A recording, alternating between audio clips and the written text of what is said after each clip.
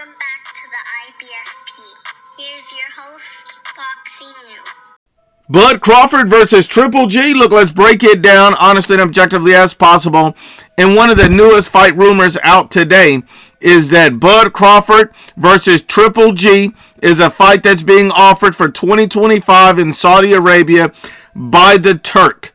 So this is a rumor that's been floating around that Turkey Al-Sheikh has offered Gennady Golovkin a fight with Terence Bud Crawford in 2025 in Saudi Arabia. This is the rumor that we have today. We don't know if it's true. We don't know if it's false. But I'm just going to give you my thoughts on this particular rumor, if it should come to pass, if it actually happens. And the first thing I'll say is, I'm not particularly interested in this fight. It doesn't really make sense to me because Triple G's 42 years old. The last time he's fought was 2022 on a loss, and the man has been retired. So really, what do I want to see Triple G and Bud Crawford fight at this point for? If they were going to fight, they should have fought years ago. At this stage, the fight makes no sense.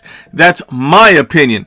Now, what fight makes more sense is Bud Crawford and Janibek. Think about it like this. Janibek's a unified champion. It would be a legitimate challenge for Terence Crawford at 160 pounds. It would add legacy to his resume and to his career, winning a belt in another division. And he's also a prime undefeated world champion. So you got to think about it. Bud Crawford don't have any top fighters on his resume.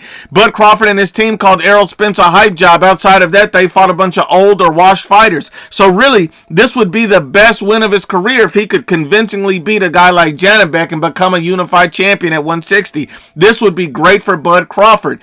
It makes perfect sense. It would be a massive fight. It would be a big fight, and people would celebrate Crawford. It would be a legacy fight. This is the fight that would make the most sense to me. But then you also have fanboys that'll celebrate this fight, on the Canelo and Crawford side, saying, these are the type of guys that would do a line of coke and come on the IBFP and say, look, we just want to see these fights, and I don't care what I pay money for. I just want to see Bud Crawford or Canelo in mismatches. That's not the kind of guy I am. I don't want to see a bunch of mismatches. I don't want to pay $100 for old retired fighters or guys looking for massive paydays at the end of their career. I don't want to see that. What I want to see is these guys challenge themselves to be great. I want to see these guys actually take a risk. I mean, think about it like this. Canelo Alvarez took risk after risk after risk his entire career.